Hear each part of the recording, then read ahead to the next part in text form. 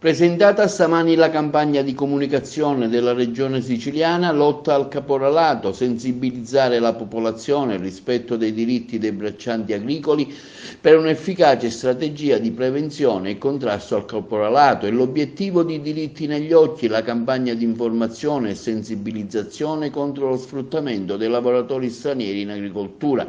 promossa dalla Regione Siciliana nell'ambito del progetto Suprema Italia e presentata a Palazzo d'Organ dal Presidente della Regione Musumeci, dall'assessore regionale alla famiglia, politiche sociali e lavoro Scavone, presente anche la dirigente dell'Ufficio Speciale Immigrazione Michela Bongiorno. La campagna di comunicazione che abbiamo oggi presentato racconta quello che già abbiamo fatto nei confronti di uno spaccato di popolazione che è quello che si muove dalle parti meno fortunate del mondo pensando di venire da noi e spesso viene scacciato da fenomeni di illegalità come quelli che avvengono col caporalato nelle campagne. Il nostro intervento racconta tutto quello che abbiamo fatto sul piano dell'accoglienza, sul piano della prevenzione, sul piano della tutela della legalità, sul piano della promozione sociale, della formazione, perché questi cittadini che sono alla fine nostri cittadini, che contribuiscono a lavorare il prodotto più bello della nostra regione, che è il prodotto dell'agricoltura, hanno il diritto di avere. Noi siamo qui, li stiamo tutelando, lo stiamo raccontando,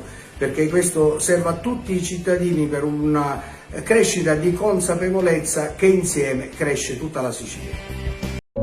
La nostra terra, la nostra agricoltura, i nostri frutti,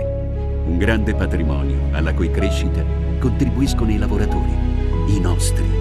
una risorsa indispensabile per l'economia della nostra regione. Quando si parla dei diritti dei braccianti, dunque, si parla dei diritti dei nostri lavoratori. Prima di passare oltre, guardiamoli, diritti negli occhi.